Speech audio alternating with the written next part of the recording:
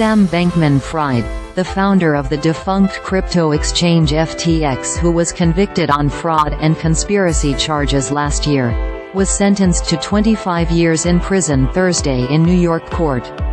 His sentence is well below the maximum statutory sentence of 115 years and the 40 to 50-year sentence prosecutors had sought, but also significantly above the 6.5-year sentence his attorneys wanted.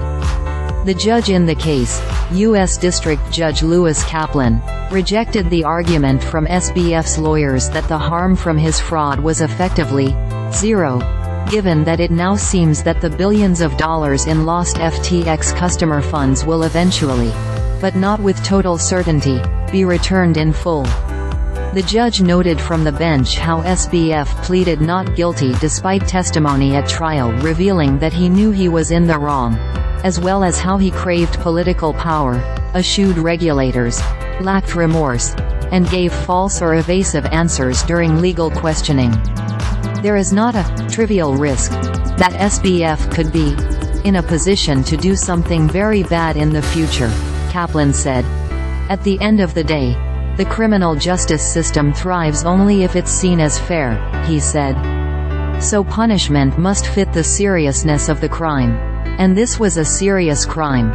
The government's interest in deterring SBF and anyone else from committing similar crimes was a key factor.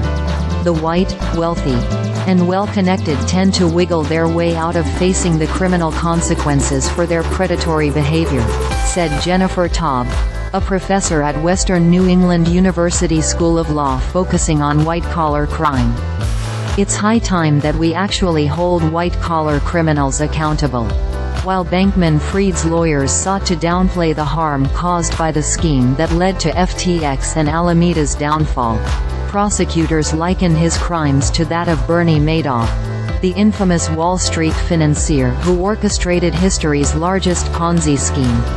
No scheme to defraud since Madoff can be compared to this one in terms of its size, scope, and amount of loss, prosecutors argued in court filings. So how does SBF's possible sentence likely stack up against other big fraud cases this century?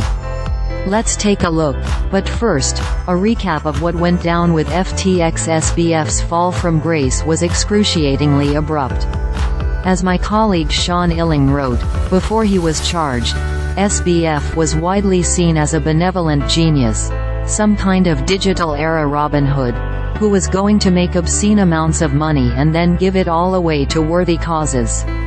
Disclosure.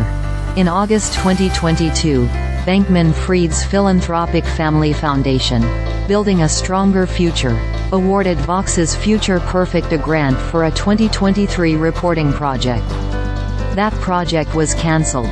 To back up, in 2019, Bankman-Fried founded FTX, at one point the third largest crypto exchange, and rode a crypto boom for a few years.